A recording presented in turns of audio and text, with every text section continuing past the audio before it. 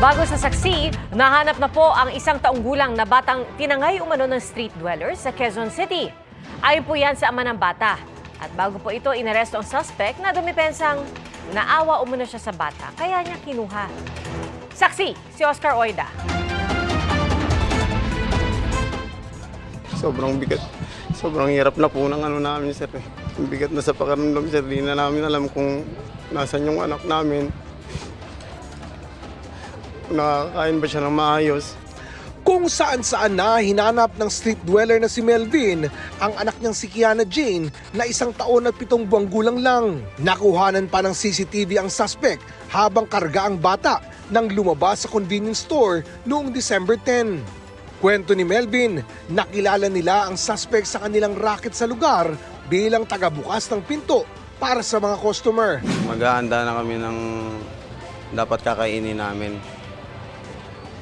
Nag-offer po itong suspect, sir, na siya na po daw sasagot sa ulam namin. Siyempre bilang minus gasto, sir, pumayag kami, sir. Tapos siguro po mga 10 minutes, sir, hindi pa siya bumabalik, kinabahan na kami, sir. Yung misis ko, agad na naghanap. Agad silang dumulog sa barangay at pulisya para i-report ang insidente. Lumalabas sa investigation namin na yung minor parang naipagkatiwalas niya sa mga sa suspect. Ang paalam kasi ng suspect nila na bibili lang ng pagkain. So pumayag naman po yung mga parents nila. Tapos after a while, napansin nila hindi na bumalik yung bata.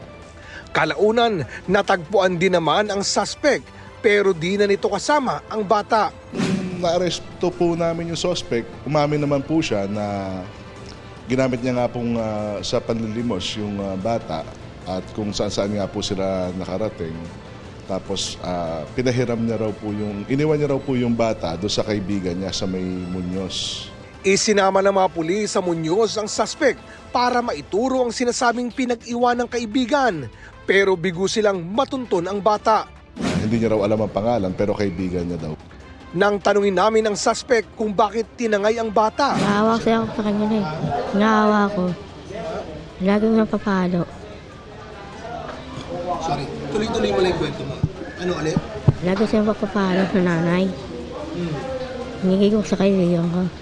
Naharap ang suspect sa reklamong paglabag sa Republic Act 7610 o Child Abuse, Exploitation in relation to Article 270 ng Revised Penal Code o Kidnapping and Failure to Return a Minor.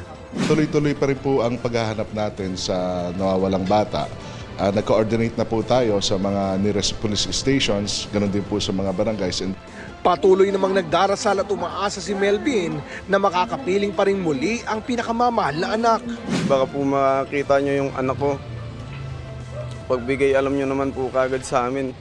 Ayon sa DSWD, tuloy-tuloy ang kanilang programa para mayalis sa mga kalsada ang naitalang 15,000 nakatira sa mga ganito sa Metro Manila. Nagsasagawa tayo ng reach out activities sa mga families and individuals in street situation at dinadala natin sa processing center.